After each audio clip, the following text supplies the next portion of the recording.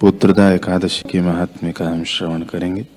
युधिष्ठिर बोले, श्री कृष्ण कृपा करके पौष मास की शुक्ल पक्ष की एकादशी का महात्म्य बतलाइए।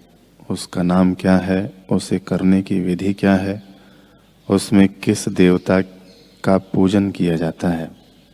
भगवान श्री कृष्ण ने कहा, राजन, पौष मास के शुक्ल पक्ष की जो एकादशी है उसका नाम पुत्रदा है। पुत्रदा एकादशी को नाम मंत्रों का उच्चारण करके फलों के द्वारा श्री हरि का पूजन करें। नारियल के फल, सुपारी, बिजौरा नींबू, जमीरा नींबू, अनार, सुंदर आंवला, लौंग, बेर तथा विशेषतः आम के फलों से देव देवेश्वर श्री हरि की पूजा करनी चाहिए। इसी प्रकार धूप दीप से भी भगवान की अर्चना करें। पुत्रदा एकादशी को विशेष रूप से दीपदान करने का विधान है। रात को वैष्णव पुरुषों के साथ जागरण करना चाहिए। जागरण करने वाले को जिस फल की प्राप्ति होती वह हजारों वर्षों तक तपस्या करने से भी नहीं मिलता। यह सब पापों को हरने वाली उत्तम तिथि है। चराचर जगत सहित समस्त त्रिलोकी में इससे बढ़कर दूसरी कोई तिथि नहीं है। समस्त कामनाओं तथा सिद्धियों के दाता भगवान नारायण इस तिथि के आदि देवता हैं। पूर्व काल की बात है, भद्रावतीपुरी में राजा सुकेतुमान राज्य करते थे। उनकी रानी का नाम चंपा था। राजा को बहुत समय तक कोई वंशधर पुत्र नहीं प्राप्त हुआ, इसलिए दोनों पति पत्नी सदा चिंता और शोक में डूबे रहते थे। राजा के पितर उनके दिए हुए जल को श्वासोश्वास से गर्म करके पीते थे। राजा के बाद और कोई ऐसा नहीं दिखाई देता जो हम लोगों का तर्पण करेगा, यह सोच सोच कर पितर दुखी रहते थे। एक दिन राजा घोड़े पर सवार हो गहन वन में चले गए। पुरोहित आदि किसी को भी इस बात का पता न था। मृग और पक्षियों से सेवित उस सघन कानन में राजा भ्रमण करने लगे। मार्ग में कहीं सियार की बोली सुनाई पड़ती थी तो कहीं उल्लुओं की। जहां तहां भालू और मृग दृष्टिगोचर हो रहे थे। इस प्रकार घूम घूम कर राजा वन की शोभा देख रहे थे। इतने में दोपहर हो गई। राजा को भूख और प्यास सताने लगी। वे जल की खोज में इधर उधर भटकने लगे। किसी पुण्य के प्रभाव से उन्हें एक उत्तम सरोवर दिखाई दिया, जिसके समीप मुनियों के बहुत से आश्रम थे।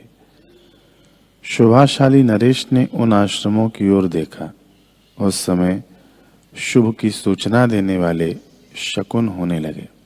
राजा का दाहिना नेत्र और दाहिना हाथ फड़कने लगा, जो उत्तम फल की सूचना दे रहा था। सरोवर के तट पर बहुत से मुनि वेद पाठ कर रहे थे। उन्हें देखकर राजा को बड़ा हर्ष हुआ। वे घोड़े से उतरकर मुनियों के सामने खड़े हो गए और पृथक पृथक उन सब की वंदना करने लगे। वे मुनि उत्तम व्रत का पालन करने वाले थे। जब राजा ने हाथ जोड़कर बारंबार दंडवत किया तब मुनि बोले, राजन, हम लोग तुम पर प्रसन्न हैं। राजा ने कहा, आप लोग कौन हैं, आपके नाम क्या है तथा आप लोग किस लिए यहाँ एकत्रित हुए हैं, कृपा करके सब बताइए। मुनि बोले, राजन, हम लोग विश्व देव हैं, यहाँ स्नान के लिए आए हैं।